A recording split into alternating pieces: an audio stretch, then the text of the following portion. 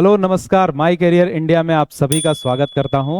बहुत बहुत स्वागत है आप सबका। आप सबको पता है कि एमसीसी की काउंसलिंग शुरू हो चुकी है और स्टेट का भी काउंसलिंग शुरू हो गया है। राउंड 1 का रिजल्ट भी आ गया है।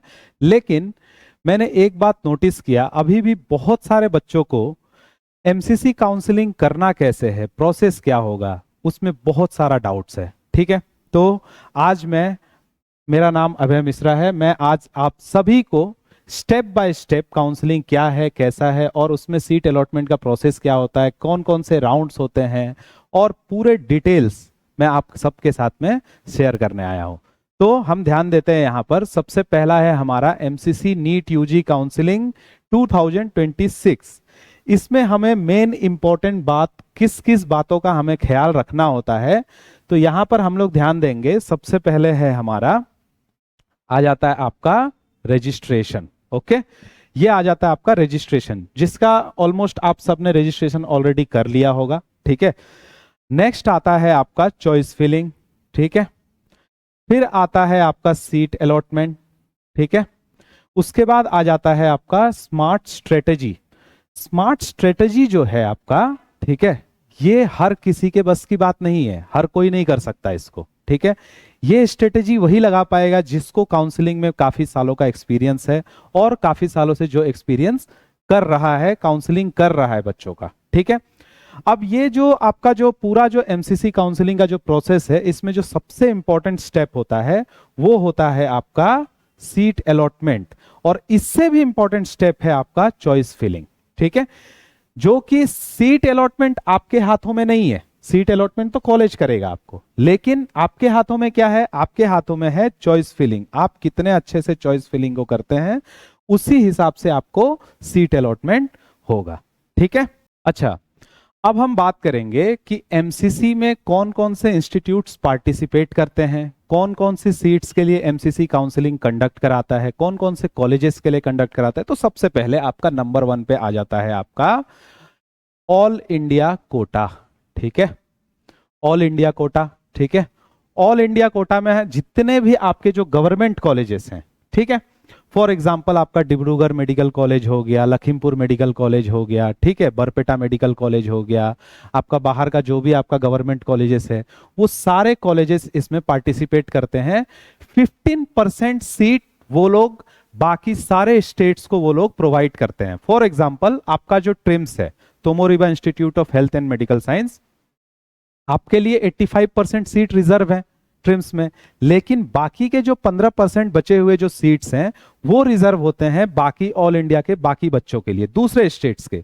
वो लोग एमसीसी के थ्रू से आपके Tomoriba institute of health and medical science में वो लोग पार्टिसिपेट करते हैं उस 15% सीट्स के लिए। ठीक है, फॉर एग्जांपल 100 सीट है आपका ट्रिम्स में, वहां से 85 सीट आपके लिए रिजर्व है। ठीक है, स्टेट के बच्चों के लिए। बाकी का 15 जो सीट बचा वो कहां गया? वो आपका जाएगा एमसीसी के अंडर। एमसीसी उसके लिए काउंसलिंग कंडक्ट करेगा, वहां पर ऑल इंडिया से बच्चे पार्टिसिपेट करेंगे, फाइट करेंगे, और उन्हें सीट अलॉटमेंट होगा। ठीक है, पहला हो गया आपका। दूसरा है आपका एम्स।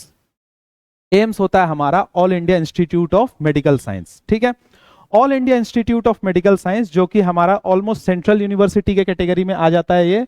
इसमें ऑल ओवर इंडिया से कहीं के भी बच्चे इसमें पार्टिसिपेट कर सकते हैं थ्रू एमसीसी काउंसलिंग। पहले एम्स का काउंसलिंग सेपरेट होता था, अब एमसीसी ही एम्स का काउंसलिंग कंडक्ट कराता है। ठीक है, ओके। नेक्स्ट आ जाता है आपका जिपमर।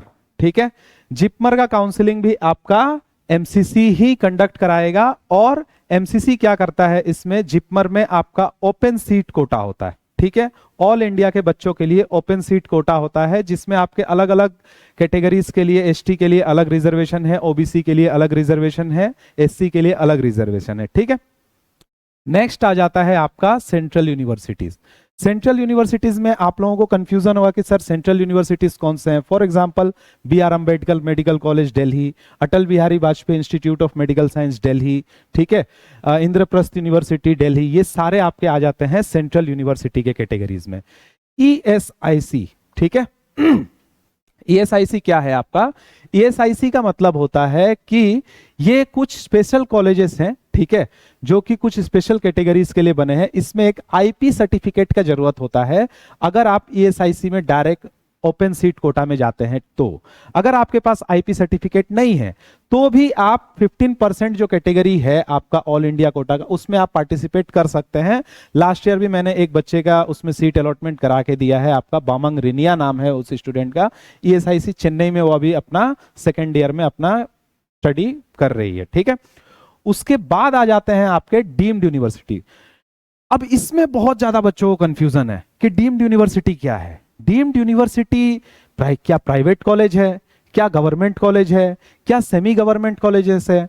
तो मैं आपको क्लियर करना चाहता हूं, जो डीम्ड यूनिवर्सिटी होता है बेसिकली वो प्राइवेट कॉलेज ही होता है, लेकिन एक मिनिमम फीस के साथ में। ठीक है, जैसे मैनेजमेंट कोटा का फीस आपका बहुत ज्यादा है, डीम्ड कैटेगरी में अगर आपको सीट अलॉटमेंट होता है, लेकिन आपको याद रखना कि डीम्ड कैटेगरी में भी अगर आपको सीट अलॉटमेंट होता है आपको मार्क्स अच्छे होने चाहिए। ठीक है, कम से कम आपका मार्क्स 200 से ऊपर होना चाहिए, तभी आपको कोई भी डीम्ड यूनिवर्सिटी में सीट अलॉटमेंट होगा। और डीम्ड यूनिवर्सिटीज के जो फीस होते हैं वो ऑलमोस्ट आपका प्राइवेट के बराबर होता है, प्राइवेट से ना ज्यादा कम है ना बहुत ही आपका ज्यादा है। तो सबसे पहले रजिस्ट्रेशन आपने कर लिया है।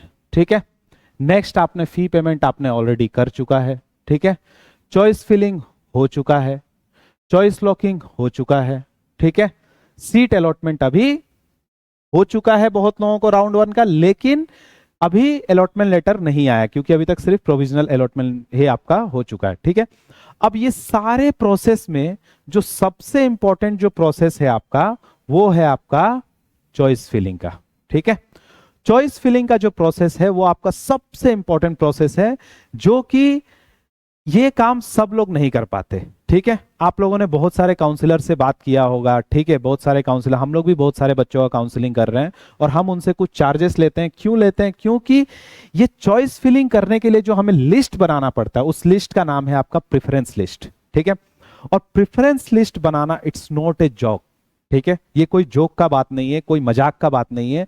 इसके लिए हमें बहुत ज्यादा स्टडी करना पड़ता है, सीट मैट्रिक्स देखना पड़ता है, डिफरेंट ईयर्स के कट ऑफ देखने पड़ते हैं, ओपनिंग एंड क्लोजिंग रैंक देखना पड़ता है, डिफरेंट यूनिवर्सिटीज के कट ऑफ कहाँ जा रहे हैं, कैसे होगा, एक्सपेक्टेड क्या हो, बहुत सारा हमें गहन रिसर्च करने के बाद ही हम लोग कोई एक प्रेफरेंस लिस्ट बनाते हैं जिसके आधार पे हम चॉइस फिलिंग करते हैं। उसके बाद का जो भी आपका प्रोसेस है चॉइस लॉकिंग, जस्ट आपको एक बटन दबाना है, चॉइस लॉक हो गया आपका। ठीक है, ओके। तो इसके बाद आएगा आपका रिजल्ट, उसके बाद आएगा आपका रिपोर्टिंग एंड ज्वाइनिंग। अब आप लोगों को पता है कि एमसीसी का जो काउंसलिंग होता है वो डिफरेंट राउंड्स में होते हैं। ठीक है, रजिस्ट्रेशन तो हो गया, अब सबसे पहले होगा आपका राउंड 1। ठीक है, फिर होगा आपका राउंड 2, फिर होगा राउंड 3, उसके बाद होगा आपका स्ट्रे वैकेंसी राउंड। अब मैं ये डिफरेंट राउंड्स को आपको थोड़ा सा एक्सप्लेन कर देता हूं। जो राउंड 1 होता है इसमें हमें रजिस्ट्रेशन करना होता है, फिर चॉइस फिलिंग, फिर चॉइस लॉकिंग और बाकी जो प्रोसेसेस मैंने आपको बताया वो सारे हमें फॉलो करना है। राउंड 2 में इफ अगर किसी बच्चे ने ऑलरेडी रजिस्ट्रेशन किया हुआ है, ठीक है, और उसने अगर काउंसलिंग से एग्जिट नहीं किया तो वो डायरेक्टली चॉइस फिलिंग कर सकता है, चॉइस लॉकिंग कर सकता है। ठीक है, राउंड 3 में भी सेम प्रोसेस है, लेकिन इफ आपने राउंड 1 के बाद अगर आपने काउंसलिंग से एग्जिट कर लिया है तो क्या होगा, तो आपको राउंड 2 में दोबारा आपको रजिस्ट्रेशन करना है। रजिस्ट्रेशन करने के बाद फिर से आपको चॉइस फिलिंग, चॉइस लॉकिंग, जो बाकी के प्रोसेस हैं वो आपको दोबारा से रिपीट करना है। अच्छा, यहां पर एक चीज है आपका स्ट्रे वैकेंसी राउंड। ठीक है, स्ट्रे वैकेंसी राउंड क्या है? For example round 1, round 2, round 3, इन सब में आपके जो सीट्स आपके जो बच गए, ठीक है, फॉर एग्जाम्पल किसी वजह से कोई बच्चा रिपोर्ट नहीं कर पाया, किसी के साथ कोई दुर्घटना हो गया, कोई फीस के वजह से नहीं कर पाया, कोई प्रॉब्लम आ गया, तो वो जो बचे हुए जो सीट्स होते हैं वो जाते हैं आपके स्ट्रे वैकेंसी राउंड में। ठीक है, और यहां पर उन बचे हुए सीट्स के लिए फिर दोबारा से फाइटिंग होती है, ऑल इंडिया में काउंसलिंग किया जाता है और जिसको सीट अलॉटमेंट होना होता है हो जाता है। पहले आपका जो स्ट्रे वैकेंसी राउंड होता था वो आपका स्पॉट पे होता था, डायरेक्टली कॉलेज जाके होता था। आजकल स्ट्रे वैकेंसी भी आपका ऑनलाइन ही होता है। चॉइस फिलिंग के टाइम में मैक्सिमम बच्चों का गलती क्या हो जाता है कि जो यूनिवर्सिटी उसको मिलने वाला ही नहीं है, कभी उसके रैंक से बाहर है, वो बच्चा उसी को चॉइस फिलिंग में नंबर 1 पे डालते जा रहा है। ठीक है, आपको ये काम नहीं करना है। हर किसी का सपना है एम्स में पढ़ने का, ठीक है, इंद्रप्रस्थ यूनिवर्सिटी में पढ़ने का, सीएमसी वेलोर में पढ़ने का, लेकिन क्या ये पॉसिबल है? नहीं, ये पॉसिबल नहीं है। आपको ड्रीम कॉलेजेस के पीछे नहीं भागना है। ठीक है, आपको एक्सेलेंट चॉइसेस के पीछे भी नहीं भागना है। आपको कहां जाना है? आपके लिए इंपॉर्टेंट क्या है? Realistic colleges. कौन सा कॉलेज आपके रेंज में एग्जैक्टली आ रहा है, वही कॉलेज आपको अपने चॉइस फिलिंग में डालना है, उससे आगे दूसरा कोई नहीं। दूसरा, इसके बाद में आप सेफर कॉलेजेस आप डाल सकते हैं नीचे, ठीक है। सबसे पहले आप रियलिस्टिक ऑप्शंस डालिए जिसमें मिलने का आपको पूरा पूरी चांसेस लग रहा है आपको, ठीक है। थोड़ा बहुत अगर ऊपर नीचे भी है तो भी आप डाल सकते हैं, ठीक है। लेकिन सेफर कॉलेजेस कौन से होते हैं? जिसमें आपको पता है कि इसमें तो श्योर हमको सीट अलॉटमेंट हो ही जाएगा, ठीक है। आप वो आता है आपका सेफर कॉलेज के कैटेगरी में, ठीक है। ओके, तो आपको अपना जो कॉलेज का जो वो बनाना है आपको rank colleges by your true preference, ठीक है। कोई सपना वाला चॉइस नहीं होना चाहिए आपका, जो रियल, जो आपका जो मिल सकता है, जिसमें आपको अलॉटमेंट सच में हो सकता है, वही आपका चॉइस फिलिंग में जाना चाहिए। चॉइस फिलिंग करना है, प्रेफरेंस लिस्ट बनाना है, इसमें कौन आपका हेल्प करेगा? इसमें मैं आपका हेल्प करूंगा। आप लोग खुद से भी अपना कर सकें, जिस कोई कोई बच्चा है जो शायद वो चार्ज को अफोर्ड ना कर पाए, उसके लिए मैं बताता हूं कि उसको क्या करना चाहिए। सबसे पहले उसको प्रॉपर रिसर्च करना चाहिए, ठीक है। प्रॉपर रिसर्च करना चाहिए। रिसर्च किस बात पे? कि पिछले बार उस कॉलेज का रैंकिंग कहां पे था, क्लोजिंग रैंक क्या था, ओपनिंग रैंक क्या था, राउंड वाइज, राउंड 1 में क्या था, राउंड 2 में क्या था, राउंड 3 में क्या था, उस हिसाब से आपको करना है, ठीक है। दूसरा हो गया, आपको बैलेंस रखना है, ठीक है। क्या करना है? आपको बैलेंस रखना है। आपको ज्यादा एक्साइटेड नहीं होना है, आपको बैलेंस में रखना है कि अगर मान के चलिए कि आपको लग रहा है कि ये कॉलेज आपको मिल भी सकता है, फिर भी आप उससे जो थोड़ा कम जिसका रैंकिंग हो रहा है, आप उसको अभी के लिए अपना ऑप्शन मान के चलिए। और जैसा कि आपको पता है 2026 का कट ऑफ आपका बहुत ही गंदा जा चुका है, तो आप लोगों को बहुत सारा बैलेंस रखना पड़ेगा, बहुत सारा अपने दिल पे पत्थर रख के आप लोगों को कॉलेजेस चॉइस करने पड़ेंगे, ठीक है। उसके बाद आ जाता है आपका ऑर्डर वाइज। ऑर्डर बहुत ज्यादा इंपॉर्टेंट है, ठीक है। मैं आपको एक एग्जांपल देता हूं। फॉर एग्जांपल, आप मान के चलिए कि आपको एम्स दिल्ली में सीट अलॉटमेंट हो सकता है, ठीक है। लेकिन आपने अपना एम्स दिल्ली को नंबर 9 पे रखा हुआ है, तो शायद आपको सीट अलॉटमेंट ना हो। जिसमें आपको लगता है कि सीट अलॉटमेंट सच में हो सकता है, आप उसको नंबर 1 पे रखिए। नेक्स्ट आपको जिसमें चांस लगता है वो आप उसको नंबर 2 पे रखिए। नेक्स्ट आपको जो लगता है नंबर 3 पे रखिए। ऑर्डर मैच करना बहुत ज्यादा जरूरी है, ठीक है। नेक्स्ट जो है, रिस्क मत लीजिए, ठीक है। रिस्क नहीं लेना है आपको, ठीक है। जिस कॉलेज में आपको लग रहा है कि नहीं मिलेगा, बेकार में उसको प्रेफरेंस लिस्ट में डाल के आपको रिस्क टेकिंग वाला काम नहीं करना है, क्योंकि ये आपके करियर का बात है, पूरे के पूरे आपने जो मेहनत किया है उसका बात है, ठीक है। नेक्स्ट आपका आ जाएगा स्टे अपडेटेड। कैसे अपडेटेड रहेंगे हम? ठीक है, या तो आप हमसे जुड़िए, ठीक है। हमसे नहीं जुड़ सकते, अफोर्ड नहीं कर सकते उस प्राइस को, तो आपको क्या करना है, एमसीसी का जो वेबसाइट है, आपको कुछ नहीं करना है, गूगल पे जाके सिर्फ आपको एमसीसी सर्च करना है। पहला जो आपका आएगा इंडियन फ्लैग के साथ में आता है आपका आइकॉन, वो आपको क्लिक करना है। क्लिक करके आपको उसमें आपको रेगुलर अपडेट्स आपको मिलते रहेंगे। MCC counselling is only for 15% all India quota seats medical colleges.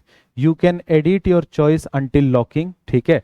जब तक आपका चॉइस लॉक नहीं हो जाता है, आप उसे अपडेट कर सकते हैं, आप उसे एडिट कर सकते हैं, ऊपर वाले को नीचे डाल सकते हैं, नीचे वाले को ऊपर डाल सकते हैं, वो आपका मर्जी है, ठीक है। दूसरा है आपका seat allotment is done strictly as per your preference, merit and availability. इसमें किसी का कोई जुगाड़, किसी का कुछ, वो सब नहीं चलता। जो आपका मेरिट है, ठीक है, जो आपका प्रेफरेंस लिस्ट है, उसके बेस पे ही आपको सीट अलॉटमेंट होगा। अगला है आपका upgradation is automatic if you get a choice in next round, ठीक है। अगर आपको नेक्स्ट राउंड में कोई अच्छा चॉइस आपको मिल जाता है, तो ऑटोमेटिक वो चीज आपका अपग्रेड हो जाएगा, ठीक है। Read the information bulletin carefully. जब भी आपका काउंसलिंग स्टार्ट होने वाला हो ना, एमसीसी क्या करता है, अपने वेबसाइट पे एक इंफॉर्मेशन बुलेटिन डालता है। हर एक साल का अलग अलग बुलेटिन होता है, आपको वो बुलेटिन अच्छे से पढ़ना है, ठीक है। आप नहीं पढ़ पा रहे, आपको प्रॉब्लम है, तो आजकल बहुत सारे वीडियोस आते हैं, आप वीडियोस देखकर भी आप जान सकते हैं कि बुलेटिन में क्या दिया हुआ है। अब आप देखिए कि रजिस्ट्रेशन हो गया, फी पेमेंट हो गया, चॉइस फिलिंग हो गया, चॉइस लॉकिंग हो गया, सीट अलॉटमेंट हो गया, रिजल्ट हो गया, रिपोर्टिंग हो गया, अपग्रेडेशन हो गया, ठीक है। लेकिन ये सब होगा कैसे? ठीक है, सबसे पहले तो आपको क्या क्या चीज आपको रेडी रखना है, आप देख लीजिए। नीट स्कोर कार्ड, ठीक है, ये आपके साथ मैंडेटरी होना चाहिए। पर्सनल एंड कैटेगरी सर्टिफिकेट आपके साथ होना चाहिए। रिक्वायर्ड डॉक्यूमेंट्स, अभी क्या क्या रिक्वायर्ड डॉक्यूमेंट्स है मैं आपको वीडियो में आगे बताने वाला हूं। कॉलेज प्रेफरेंस लिस्ट जो आपने बनाया था वो आपके साथ होना चाहिए। इंपॉर्टेंट डेट्स एंड डेडलाइंस आपके दिमाग में एवरी टाइम सेव होना चाहिए बच्चों, ये बात आप याद रखिए। Dates and deadlines are very important while you are doing the counselling. Okay, कौन कौन से डॉक्यूमेंट्स रिक्वायर्ड होते हैं एक बार अगर आपको सीट अलॉटमेंट हो गया उसके बाद, ठीक है। तो आप यहां पर देख सकते हैं नीट स्कोर कार्ड आपको चाहिए, ठीक है, जो आपका नीट यूजी स्कोर कार्ड है। नीट एडमिट कार्ड आपके साथ होना जरूरी है। क्लास 10th का मार्कशीट जरूरी है। क्लास 12th मार्कशीट जरूरी है। Valid photo ID, Aadhaar, PAN card, passport, voter ID, driving licence, कुछ भी हो सकता है आपका, ठीक है। उसके बाद आपका कैटेगरी सर्टिफिकेट, अगर आप SC ST OBC EWS किसी से बिलोंग करते हैं तो आपको ये कैटेगरी सर्टिफिकेट रेडी रखना है। अगर आप जनरल से हैं तो आपको कोई दिक्कत नहीं है, ठीक है। EWS सर्टिफिकेट, जिन बच्चों का EWS कैटेगरी में आते हैं उनको EWS सर्टिफिकेट चाहिए। PWD सर्टिफिकेट, अगर कोई बच्चा आपका अपाहिज है, डिसेबल है, तो वो आपका PWD सर्टिफिकेट उसको रेडी रखना है। डोमिसाइल स्टेट सर्टिफिकेट, ठीक है, वो आपको रेडी रखना है। माइग्रेशन सर्टिफिकेट जो आपको मिलता है CBSE से या फिर अदर बोर्ड से, वो आपको रेडी रखना है। ट्रांसफर सर्टिफिकेट जो स्कूल से मिलता है वो आपको रेडी रखना है। मेडिकल फिटनेस रेडी रखना है। अगर आप कहीं अब्रॉड जा रहे हैं तो आपको पासपोर्ट रेडी रखना है, ठीक है। पासपोर्ट साइज फोटोग्राफ भी आपको रेडी रखना है। अलॉटमेंट लेटर जो आप MCC के या फिर अपने अगर आप स्टेट में भी जा रहे हैं तो आपको ये सारे डॉक्यूमेंट्स चाहिए होंगे, तो आपको अलॉटमेंट लेटर जो है वो डाउनलोड करके रखना है। अंडरटेकिंग आपको रेडी रखना है, ठीक है। ये सारे डॉक्यूमेंट्स आपको रिक्वायर्ड हैं। मैं आपको चाहूंगा कि आप इसका स्क्रीनशॉट लेके रख लीजिए ताकि आपको बाद में भी ये काम आते रहे। अच्छा, जाने से पहले आप लोगों को कुछ ऐसे पॉइंट्स हैं, कुछ ऐसे मिस्टेक्स हैं जो आपको अवॉइड करना चाहिए काउंसलिंग के टाइम पे, एक बार आप उस पर ध्यान दीजिए, ठीक है। कौन कौन से मिस्टेक्स हो सकते हैं? आपने रिसर्च वेल नहीं किया, ठीक है। चॉइस फिलिंग करते समय आपका रिसर्च प्रॉपर नहीं है, ये आपका बहुत बड़ा गलती हो सकता है, ठीक है। फीलिंग लेस चॉइसेस, बहुत ज्यादा आपने कम चॉइसेस डाल दिए, जैसे आपने 5-6 चॉइसेस डाल, बहुत मुश्किल हो जाएगा आपको, ठीक है, शायद आपको हो ही ना। रॉन्ग ऑर्डर और प्रेफरेंस, ये आपका एक बहुत बड़ा गलती हो सकता है। आपका चॉइस फिलिंग या चॉइस लॉकिंग में डिले हो जाना। डिले कब होगा? जब आपके पास में डेट्स क्लियर नहीं होंगे, अपडेट्स क्लियर नहीं होंगे, नोटिफिकेशंस आप टाइम पे नहीं देखेंगे, ठीक है, तो आपको डिले हो सकता है, बहुत बड़ा गलती हो सकता है। नॉट लॉकिंग चॉइसेस, वैसे मैं आप लोगों को बता दूं MCC जो है वो अगर आपने चॉइस फिलिंग करके सेव करके रखा है वो ऑटोमेटिक चॉइस लॉकिंग कर देता है, लेकिन मैं आप लोगों से सजेस्ट करूंगा कि आप खुद मैन्युअली चॉइस लॉकिंग करिए समय से, ताकि कोई प्रॉब्लम ना हो, कोई गलती ना हो, ठीक है। दूसरा हो गया आपका ignoring official updates. Official updates जो हैं, ठीक है, जो MCC के वेबसाइट में आ रहे हैं उन्हें आपको इग्नोर नहीं करना है, चाहे वो छोटा से छोटा अपडेट भी हो, ठीक है। उसके बाद not checking seat matrix and cut off, आपने जो लिस्ट में डाला है उसका आपने opening and closing rank check नहीं किया, कट ऑफ चेक नहीं किया, सीट मैट्रिक्स चेक नहीं किया। किस कॉलेज में सीट मैट्रिक्स का मतलब क्या होता है? किस कॉलेज में ST के लिए कितना सीट अलॉट है, OBC के लिए कितना सीट अलॉटमेंट है, वो सारा उसमें दिया रहता है। फॉर एग्जाम्पल आपने किसी ऐसे कॉलेज में आपने टॉप में डाल दिया जिसमें ST का सीट है ही नहीं, तो OBC का सीट उसमें ज्यादा है, तो आपको सीट अलॉटमेंट होने के चांसेस बहुत कम हो जाएंगे, ठीक है। तो आपको सीट मैट्रिक्स पे भी ध्यान देना है, ठीक है। दूसरा है आपका रॉन्ग इनकम्प्लीट इंफॉर्मेशन, ठीक है। कोई गलत इंफॉर्मेशन आपने सुन लिया और उस के बेसिस पे आपने कोई एक्शन ले लिया, वो आपका एक बहुत बड़ा गलती हो सकता है। फॉलोइंग अदर्स ब्लाइंडली, आपका दोस्त कुछ कर रहा है आप भी वही करेंगे, आपका दोस्त कुछ चॉइस फिलिंग डाल रहा है आप भी वही चॉइस फिलिंग डाल देंगे, क्योंकि फॉर एग्जाम्पल आपके दोस्त का मार्क्स है 450, आपका मार्क्स है 451, आपको लगता होगा कि एक मार्क्स का डिफरेंस से क्या चेंज हो जाएगा, लेकिन मार्क्स का डिफरेंस एक है, लेकिन रैंक का जो डिफरेंस होगा वो कम से कम 4 से 5 हजार का डिफरेंस होगा। तो उसमें बहुत सारा जो चॉइसेस है वो अलग हो सकते हैं, आपका दोस्त के लिए अलग प्रेफरेंस लिस्ट हो सकता है, आपका अलग हो सकता है। तो आपको अपना प्रेफरेंस लिस्ट आपके रैंक के हिसाब से बनाना है, मार्क्स के हिसाब से नहीं, जो आपका ऑल इंडिया रैंक है, कैटेगरी रैंक है, उसके हिसाब से आपको बनाना है। बैकअप प्लान नहीं होना, ठीक है। फॉर एग्जाम्पल आपका सपना है एम्स में जाने का, नहीं मिल रहा है, तो आपका बैकअप प्लान रेडी होना चाहिए, ठीक है। आपका सपना है एमबीबीएस में जाने का, नहीं मिल रहा, आपका बीडीएस के लिए बैकअप प्लान रेडी होना चाहिए, बीवीएससी के लिए बैकअप प्लान रेडी होना चाहिए। अगर आप वेटनरी का सीट चाहते हैं तो आपको वेटनरी काउंसिल ऑफ इंडिया में आपको रजिस्ट्रेशन करके रखना चाहिए, जिसका सेपरेट काउंसिलिंग होता है। आयुष में आपको सेपरेट रजिस्ट्रेशन करके रखना चाहिए, जिसमें आपको BHMS, BAMS, BUMS, BYMS, different type के कोर्सेस आपको अलॉट हो सकते हैं। ठीक है, तो ये सारे मिस्टेक्स आपको अवॉइड करने हैं। ठीक है, और आपको अगर ऐसा लग रहा है कि सर ये तो बहुत ज्यादा कॉम्प्लिकेटेड आप बता दिया, बहुत तकलीफ हो गया, तो उसके लिए जो दूसरा रास्ता है वो है कि आप कॉल करिए, कांटेक्ट करिए, कांटेक्ट करके नीचे दिए गए जो स्क्रीन पे जो नंबर आपका आ रहा है उस पे आप कांटेक्ट करिए, कांटेक्ट करके बात करिए मुझसे, या फिर निगम कॉलोनी नाहरलगन में हमारा ऑफिस है, विजिट करिए, और हम आपको वादा करते हैं कि हम आपको प्रॉपरली गाइड करेंगे। ऑब्वियसली उसका कुछ एक छोटा सा एक चार्ज होगा जो आपको हमें देना होगा।